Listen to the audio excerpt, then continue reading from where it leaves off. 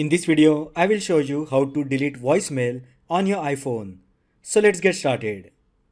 First, open Phone app on your iPhone. Now, on the bottom bar, just tap on voicemail, which is the last option on the right. And as you can see, here there are 5 voicemails available. If you want to delete the individual voicemail, then just slide any of the voicemail to the left and then you will get an option delete. Just tap on delete option and that voicemail will be deleted. If you want to delete multiple voicemails at once, then tap on edit option at the top left side. Now select the voicemails that you want to delete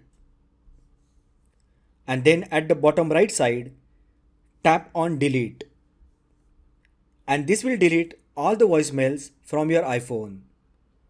So that is how you can delete voicemails on your iPhone.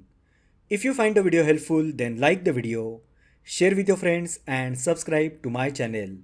Thanks for watching and I will see you in the next video.